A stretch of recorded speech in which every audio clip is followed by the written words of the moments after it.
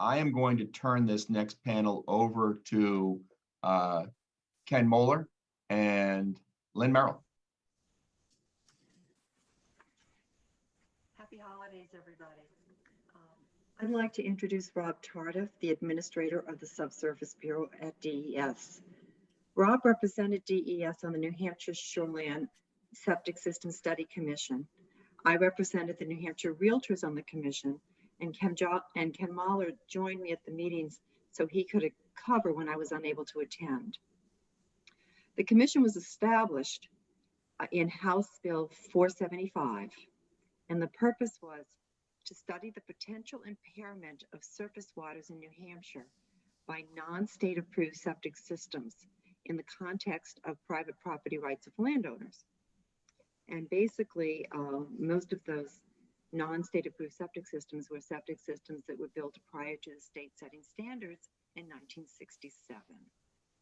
At the first meeting, the commission decided to expand the scope of study to all septic systems near surface waters.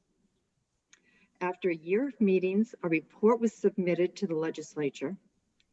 NHAR disagreed with some of the findings and several of the recommendations. We drafted footnotes citing our points of view, which were included in the report.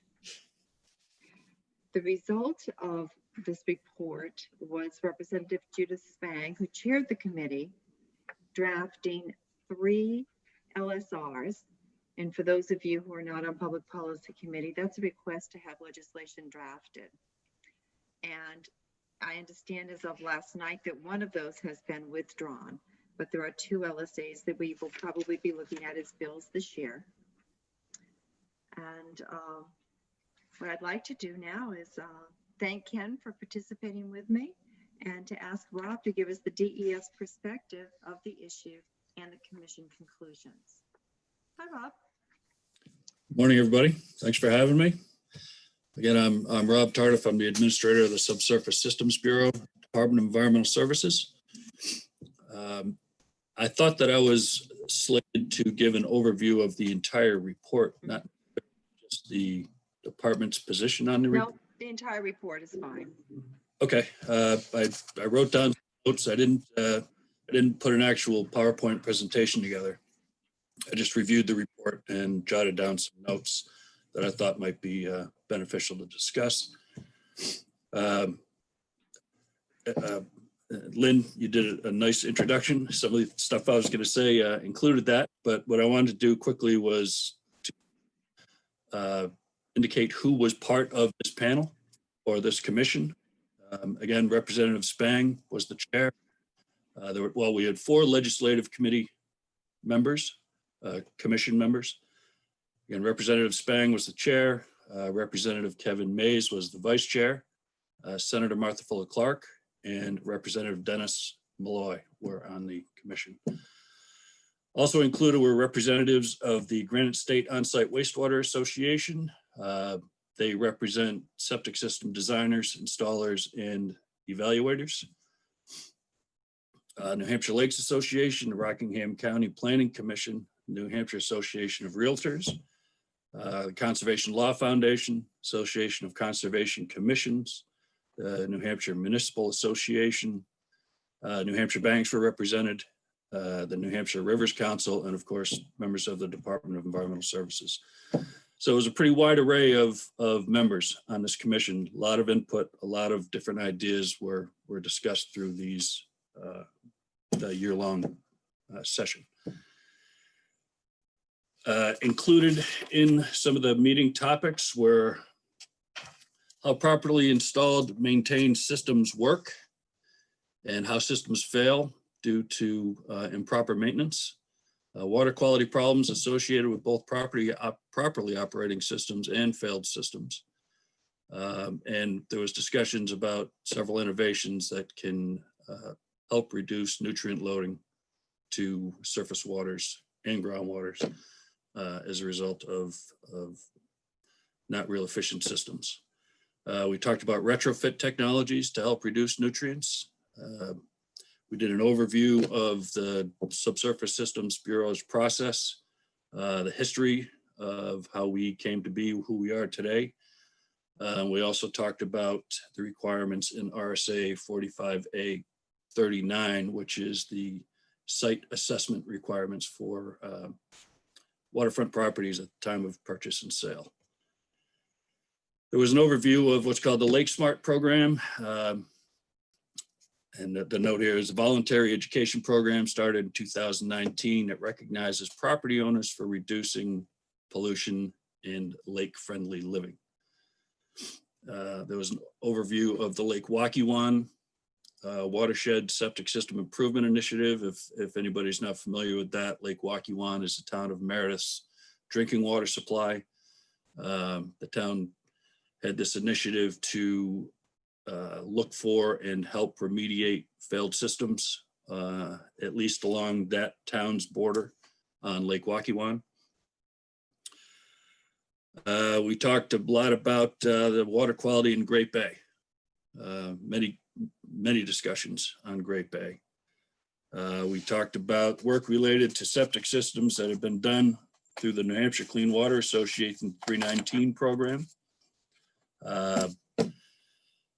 Discussion on septic system cost share replacement program up in Province Lake, which straddles the border in Acton, Maine and Wakefield, New Hampshire. Discussion on different approaches for advanced treatment for the reduction of nutrients. And then an overview of septic related findings and feasibilities of EPA's proposed Great Bay Total Nitrogen General Permit. The reason I went through all of that is to just impress upon everybody that there was a lot of very valuable conversation that went into generating this report. Summary of the findings is there are a lot of different, well, there's a few different numbers of the percentage of homes in New Hampshire that are on-site wastewater or septic systems. They range anywhere between 2/3 and up to 85%. So New Hampshire has a significant amount of properties that depend on on-site wastewater. Well-designed systems are intended more to treat for bacteria than they are for nutrients. That's been something that has been well known for quite some time. Nitrogen and phosphorus, especially in the nutrients. Phosphorus gets bound up in the soils, but not necessarily treated by the leach field or the effluent disposal area. Nitrogen tends to keep going into the groundwater and can, without some sort of remediation, can have ill effects on drinking water and surface waters. Many water bodies in the state, both fresh and coastal, are experiencing water quality problems due to high levels of nutrients.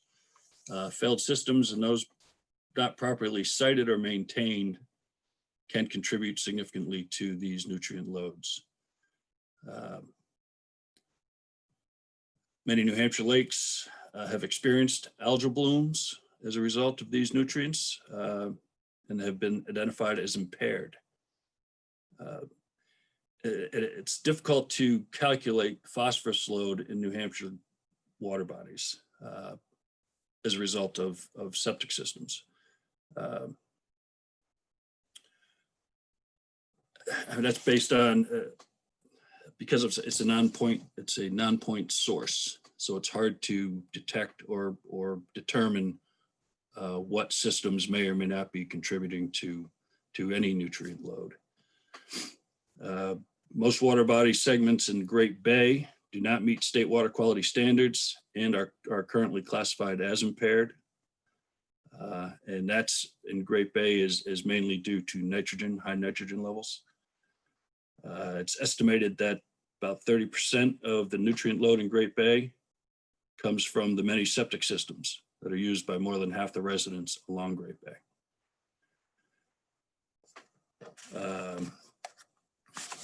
Keep going on my notes here, excuse me.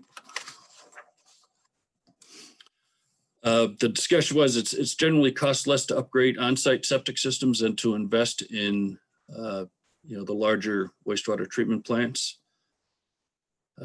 or connecting to existing sewer lines, extending and connecting to existing sewer lines.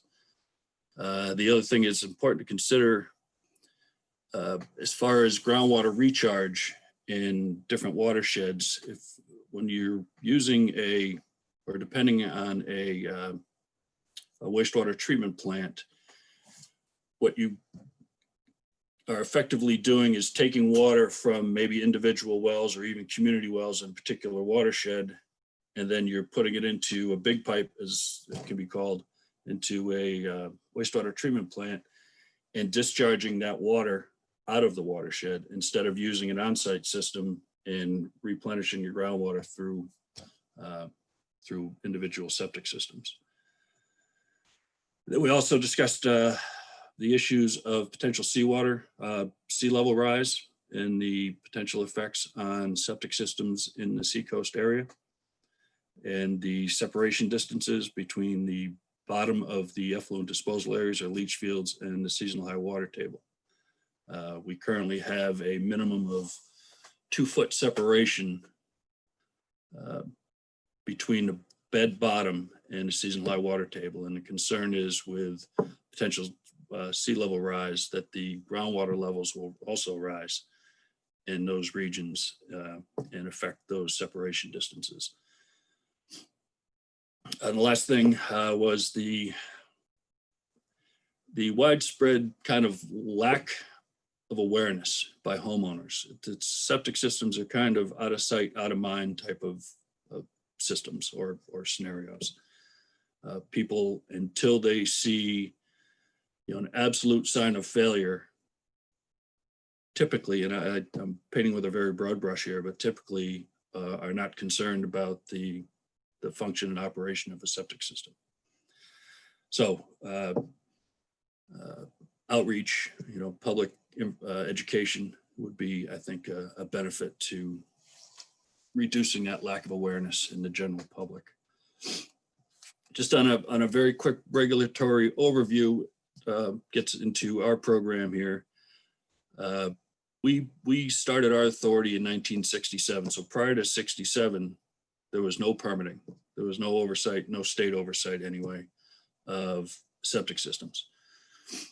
Since 1967, our rules were developed and have been improved, more protective, till we just readopted a new set of rules in 2016. And we're looking to do another amendment to those 2016 rules. Subsurface Systems Bureau, we review every design of any system that's installed in the state, regardless of the volume of wastewaters designed to manage. And then we also inspect every system that's installed in the state of New Hampshire. So the Bureau is pretty busy. This year, we're about 1,000 more systems than we approved last year. We're about 6,500 right now. Back in the heyday of 2004 or so, the Bureau was doing over 10,000 approvals a year. That kind of dropped off during the 2009 economic recession, or whatever you would call it. We're slowly climbing back out of that recession. We permit all system designers and installers in the state. I had mentioned earlier about septic system evaluators. Evaluators are actually licensed by the state of New Hampshire Office of Professional Licensure and Certification. So the department doesn't license evaluators. Obviously, we're very closely associated with evaluators, but we do permit all designers and installers. We get into, well, our governing statutory regulations are in RSA 45A, basically from RSA 45A 29 to 39. And RSA 45A 39 is the waterfront site assessment requirements. And what that requires in very general terms is currently, if there is a property, not necessarily the system, but if there's a property within 200 feet of the reference line of a protected water body, a site evaluation has to be performed and presented to a buyer at the time of purchase and sale. Again, it's a site evaluation. It's a site assessment. I'm sorry, site assessment. It currently doesn't have a whole lot to do with a formal evaluation of the septic system. And I'll get into that in just a few minutes. And then we also discussed currently RSA 147 gives municipalities the authority to, under their health codes, to do additional requirements above and beyond what's in RSA 45A. And then we also discussed the fact that many homeowners, regardless of the proximity to a water body, do septic system inspections at the time of purchase and sale. It's not currently a requirement by the state or by, to my knowledge anyway, by anybody, but we're finding that more and more systems are being evaluated during the purchase and sale process. We talked about advanced treatment technologies. Right now, the department has what's called the Innovative Alternative Technology Committee. If any advanced treatment technology wants to be, or the owner of, or the company that owns the technology wants to market that technology in New Hampshire, they have to get an approval through the Innovative Alternative Committee, which is probably 7 or 8 members, or 7 or 8 staff members in the department that review these applications and go through the approval process. The point being is, if you want to use a technology, it has to be approved prior to its use by the department. These technologies can reduce nitrogen and phosphorus, provided that they are designed to do that. Some of these advanced technologies aren't actually designed to reduce nitrogen and phosphorus unless some of these technologies will have add-on type of technologies to the base of the approved technology to treat at least nitrogen, not so much in the phosphorus. These things can be very costly, these advanced treatment technologies. They can add $25,000 to up to $20,000 additional costs to a typical cost for a septic system.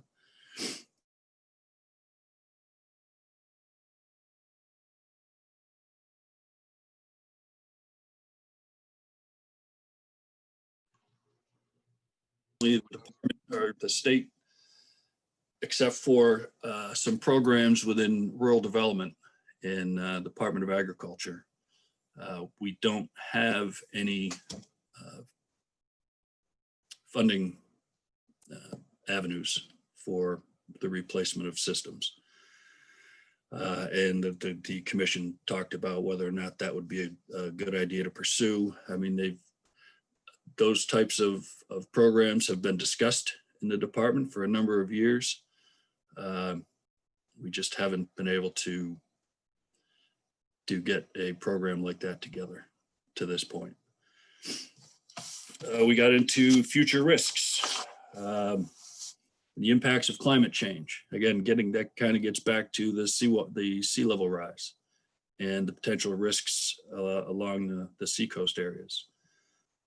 We have population growth now that we have to take into account. And then we also talked about whether we should be, looking at other state regulations and seeing how other states are dealing with these potential risks and population increases. Recommendations for the 2021 legislative session. Focus enhanced septic system initiatives on those water bodies recognized as impaired, including nitrogen, phosphorus, bacteria, and others. We talked about increasing or recommended increased effectiveness to enforcement of 45-839. Again, that was the statutory requirement for waterfront site assessments. And whether or not we should require, or the statute required, not just a site evaluation, but also a evaluation of the septic system itself, and a more formal evaluation of the septic system itself. The commission says, or recommended that we require advanced treatment, or at least recommend advanced treatment on those impaired water bodies. Consider amending state statute to give municipalities direct statutory authority to establish local codes that may be more stringent than current state codes. Maybe develop a local septic system ordinance similar to the Southeast Watershed Alliance Stormwater Model Ordinance. Again, develop low interest loan rates or revolving funds. Would encourage and support voluntary partnership programs between DES, regional planning organizations, New Hampshire Lakes, local watershed associations, and such. Provide additional staff to the department. That would be nice, thank you. To help us better enforce these advanced technologies, at a minimum, help us better enforce these advanced technologies. Right now, when we issue these approvals, we currently don't have the staff to go out and monitor the continued effectiveness of these.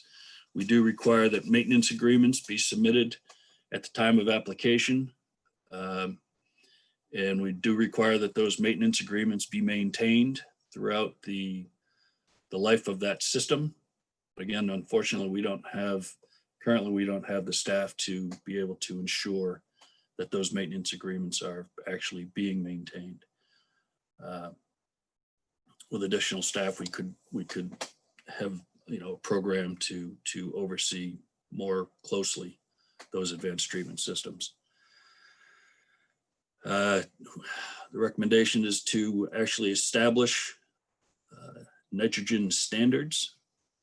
Right now, in the rules regarding the innovative alternative technologies, there is no actual standard. The applicant needs to demonstrate that the technology is at least as effective or better or more effective than what we call conventional technology, which is stone and pipe. Or if it's an advanced treatment unit, that they're at least as effective as what's coming out of a septic tank. So there's a lot of work that can be done to that section of our rules. Again, in starting to develop standards it's going to be a big step, but it's going to be a good step to have more effective regulation. Look at, yes. This is Ken Mahler. Yep. It's good to see you again. Could See you you too. give us some of the real life examples you gave us in the study commission? For instance, I'm sure our realtor friends would love to know, you see cottages on substandard lots with a failed septic system. And can you just go over some of the waivers you've been able to give and how well you work with the homeowners or the realtors involved in a sale to try to make it right, and what kinds of things you institute? Sure.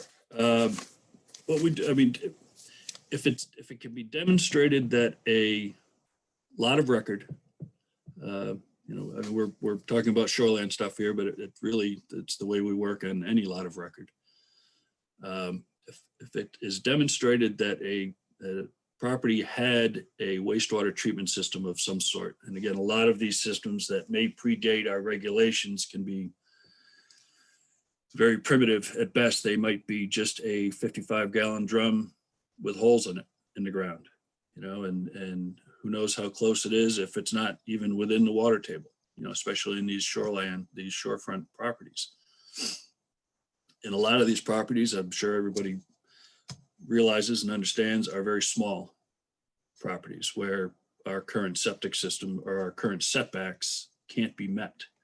So what we do is we do our best through our waiver process to get as nearly compliant system as we can in the ground for that property. We don't currently require pretreatment technologies. However, we will certainly approve pretreatment technologies if they are proposed. We do work through our waiver process, and I guess I'm repeating myself here, but we get the system the most compliant as we possibly can on that property. There are some properties where it's just, they're so small and the properties are so substandard that we issue a holding tank to replace a failed system. And holding tanks by our rules can only be approved under 3 different scenarios. And 2 of the scenarios really have nothing to do with well, not nothing. Let me just say what the scenarios are. The first scenario is to replace a failed system when there is no other practical means available to manage the wastewater. So if there is a practical means through our waiver process, we would prefer to issue a approval for a system. The concern is with holding tanks is that they can be very expensive to maintain and continue to pump. And there have been times where the contents of a holding tank mysteriously get emptied by means other than a septic hauler. So we try to avoid that the best we can. The other scenarios is if the property is going to be hooked up to municipal sewer within a year, we wouldn't want to have somebody have to spend $10,000, $15,000, $20,000 on a septic system just to hook up to a municipal sewer, again, within 1 year. The third scenario is for infrequent commercial use, which wouldn't really apply to this conversation. So, Ken, I'm not sure if I answered your question. You did. That's the kind of thing that we all encounter from time to time, and it's good to know that DES really works hard to make it happen on our behalf and on this private owner's behalf as well. Yeah, well, yeah, we do our best to do the best for all parties involved. Right. And we do have a couple questions. Okay. One is there a list of the impaired water bodies on the DES website? I believe, Randy, you might be able to answer that better if you're, I don't know if Randy's able to talk. There is, it's going to be on the watershed. It's not on the Subsurface Bureau's website. It's DES website, but it's in, I believe it's in the watershed programs homepage versus the Subsurface Bureau's homepage. Okay. And we have one other. It says, Rob, did you say there may be legislation proposed or recommended to enable municipalities to establish their own subsurface and/or water body regulations, which can be more stringent than DES? And will the legislation require regulations to the science-based with proof of science available to the voters when proposals come from a local vote? Well, there have always been, there has always been the ability for a municipality to be more stringent than current state standards. Excuse me, what the commission considered recommending is to be sure or maybe enhance that language somewhere in statute that says more specifically that they have they being the municipality, excuse me, the municipality has the ability to be more stringent. They currently have it. It's just, again, to enhance or be more clear, I guess, on that issue. Okay. And lastly, there's one other question. Is there a link to the commission's report? Yes. And matter of fact, I meant to mention that initially. There's a couple ways of finding it. One is just to Google, and that's how I found it this morning, quite frankly. I mean, I had a copy of it, but I figured this question would come up, so I figured I'd try to figure out exactly how to get there. But if you Google New Hampshire Shoreland Septic Study Commission, you'll see a link that goes directly to a PDF. It's a link that goes through the department's website, but it goes directly to a PDF of the report. Then you can also go through the New Hampshire Courts website. New Hampshire Gen, it's NHGen Court, NHGEN Court. And if you go to study committees, commissions, you can kind of meander your way through the website to go to House Bill 475. And as you get into that, it takes a little while to get there, but you can get to a copy of the report through the New Hampshire General Courts website. I think it would be much more simple for folks just to Google the commission, and it'll bring you directly to the report. Okay, excellent. There is one other question, which I think you already answered, but I'll just state it from Dave Hennessy. As small seasonal property on lakes get upgraded and rebuilt, local zoning boards have relied on the state approval of new septic systems. Recently, some citizens have questions whether new modern systems can handle effluents on small lots and whether they can be counted on to stay efficient for a reasonable time. Any comments?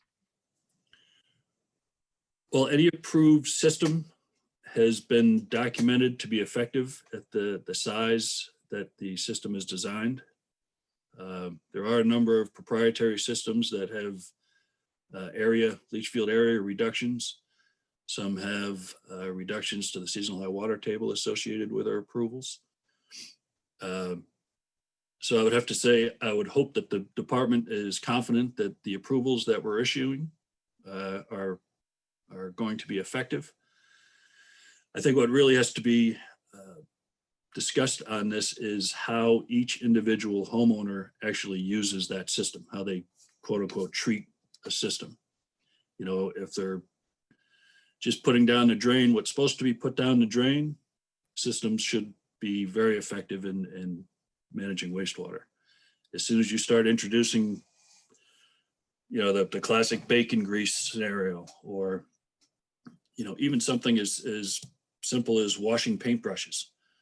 I mean, what is paint? Paint is a coating, right? It's a very fine material. You know, it's gonna maintain suspended throughout the septic tank. It's not gonna, you know, those paint particles aren't gonna settle out very readily, at least. So that paint, as you're washing your paintbrushes and you're, you know, if you're rinsing out the roller pan or whatever you may be using, you know, you're effectively going to start painting the bottom of your leach field. I mean, it may take a while, but again, it depends on how these systems are being used is really critical to the lifespan of those systems. Excellent. Rob, we thank you for your time and really appreciate you coming on the panel today. And Okay, I just, again, at the LSR that Lynn had already, I was just going to close with that. Okay. So I thank you for inviting me, and I hope everybody has a nice weekend.